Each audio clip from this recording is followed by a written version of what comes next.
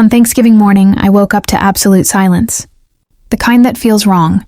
The kind that makes your stomach drop before your brain even catches up. And when I walked into the living room and saw my parents' suitcases gone, the family group chat blowing up with photos of Lay's and champagne on a plane, and a single sticky note on the counter that said, "We'll explain later," I realized my entire family had flown to Maui without me, and I just stood there in my pajamas, shaking, wondering if I had finally crossed some invisible line I didn't even know existed.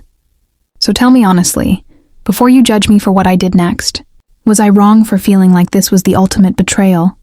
And would you have reacted the same way if your own family abandoned you on a holiday like this? I guess I should start from the beginning, because families like mine don't just implode overnight. Growing up, we looked perfect from the outside. 2 parents who were still married, a nice suburban house, matching sweaters and Christmas photos, the whole thing. I was the middle child, which already puts you in a weird position. My older sister Emily was the golden child. Straight A's, cheer captain, married her college boyfriend who now works in finance. My younger brother, Jake, was the baby, the funny one, the one everyone made excuses for. And then there was me. I wasn't a screw-up, but I wasn't exceptional either. I did well in school, went to a decent university, and ended up with a stable job in marketing. I paid my bills, showed up to family dinners, called my mom every Sunday. I thought that was enough. Thanksgiving had always been my favorite holiday because it was supposed to be simple. No gifts, no pressure, just food and family. Or at least that's what I told myself. This year was supposed to be extra special because my parents were celebrating their 40th wedding anniversary, and my mom had hinted that she wanted everyone together. I took time off work, turned down an invitation from friends, and even offered to help cook, despite my mom's tendency to criticize everything I did in the kitchen. A week before Thanksgiving, my mom asked me if I could house sit while they were away for a few days. She said they wanted to do something small. Just the 2 of them, maybe a cabin or a spa. I didn't think much of it. I said sure, of course, happy anniversary, have fun. Looking back, there were signs. My sister stopped replying in the family chat. My brother suddenly asked me if I was busy this week, in a way that felt rehearsed. My dad hugged me a little too long the last time I saw him, but I trusted them. Why wouldn't I? They were my family. The night before Thanksgiving, I stayed up late cleaning my apartment, planning to drive to my parents' house, early in the morning to start prepping the turkey. I set my alarm, went to bed feeling oddly excited, and fell asleep imagining the smell of stuffing and my dad's terrible jokes. When I woke up, the first thing I noticed was that my phone was buzzing nonstop. Half asleep, I assumed it was a work emergency.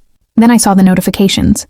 Instagram stories, group chat messages. Emily had posted a photo of her and her husband, clinking glasses on a plane with the caption, "Maui bound." Jake had sent a message that just said, "Happy Thanksgiving," followed by a palm tree emoji. My mom had reacted with hearts. There was nothing addressed to me directly. I remember walking through my parents' house in a fog, opening closets, checking the garage, still half believing this was some elaborate joke. The sticky note on the counter felt like a slap in the face. "We'll explain later." That was it. No apology. No explanation.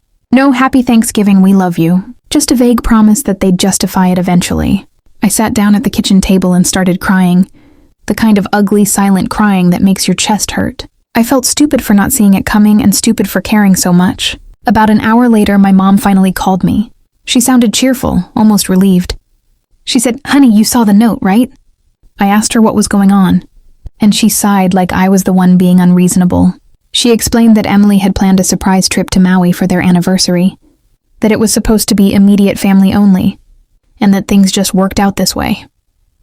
I asked her why I wasn't invited. There was a pause, and then she said something I will never forget. She said, "We didn't think you'd be able to afford it, and we didn't want to make you feel bad." I was stunned. Not only had they assumed my finances without asking, but they'd decided for me that I didn't deserve to be there. I told her I could have paid my own way. I told her I would have loved to be there. She said it was too late now and that we'd celebrate when they got back. I asked her why they couldn't have at least told me beforehand. She said they didn't want to deal with drama. That word stuck with me. Drama. As if my feelings were an inconvenience. As if being left alone on Thanksgiving wasn't dramatic enough. After we hung up, I sat there for a long time, staring at the turkey thawing in the sink like some kind of cruel joke. My phone kept buzzing with photos of beaches and cocktails. No one checked on me. No one asked if I was okay. That was when something inside me snapped. I realized this wasn't just about a trip. It was about years of being overlooked, minimized, and quietly excluded. Every time Emily needed help, everyone rearranged their lives. Every time Jake messed up, everyone laughed it off. When I needed something, I was told to be understanding. So I did something I never thought I would do. I stopped responding. I left the group chat. I turned off my phone. And I decided that if my family could forget about me so easily, maybe it was time I stopped trying so hard to be remembered. For the first time ever, I spent Thanksgiving completely alone. I went to a diner, ordered a sad plate of turkey, and watched other families laugh and argue and pass food around. I felt invisible, but I also felt strangely calm, like I had finally seen the truth. Over the next few days, messages started coming in. My dad texted asking if I was okay. My brother sent a meme like that would fix everything. Emily didn't say anything. When they got back from Maui, my mom called and asked when I'd be coming over to hear all about the trip. That was when I told her I needed space. This is the part where things get complicated. And before I tell you what I did next, I want you to pause for a second and really think about it. Imagine being left behind like that, not by friends, but by the people who are supposed to love you unconditionally. Imagine realizing that your presence is optional to them. So that was the situation I was in, and I had to make a choice.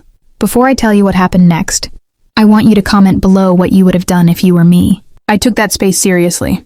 I stopped initiating contact. I skipped Christmas. I declined invitations. And slowly the guilt started to creep in. My mom sent long messages about how hurt she was.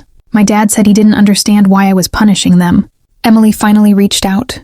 But it was to say that she felt attacked, and that I was ruining the family dynamic. No one apologized for leaving me behind. They apologized for how I reacted.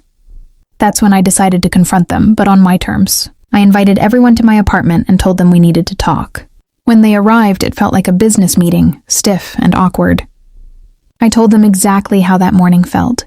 I told them about the diner, about crying alone, about realizing I was always the afterthought. My mom cried. My dad looked ashamed. Emily crossed her arms and said she didn't think it was that deep. I asked them one simple question. If the roles were reversed, would they have gone without Emily? Without Jake? The silence was my answer. The aftermath wasn't dramatic in the way movies make it. No one stormed out. No one yelled. But something fundamental shifted. My parents admitted they'd taken me for granted. Emily admitted she hadn't thought about my feelings at all. Jake apologized for not speaking up. It didn't fix everything, but it was a start. Now, a year later, things are different. Not perfect, but more honest. I don't bend over backward anymore. I don't assume I'm included. I protect my own feelings. Thanksgiving still hurts, but it also taught me something important. Sometimes the people who love you the most are the ones who need to be reminded that you matter. So that's my story. Was I wrong for pulling away? Was I wrong for confronting them? Like this video if you were on my side. Subscribe for more stories like this, and share your final thoughts on this whole mess in the comments section. I'll see you all in the next story.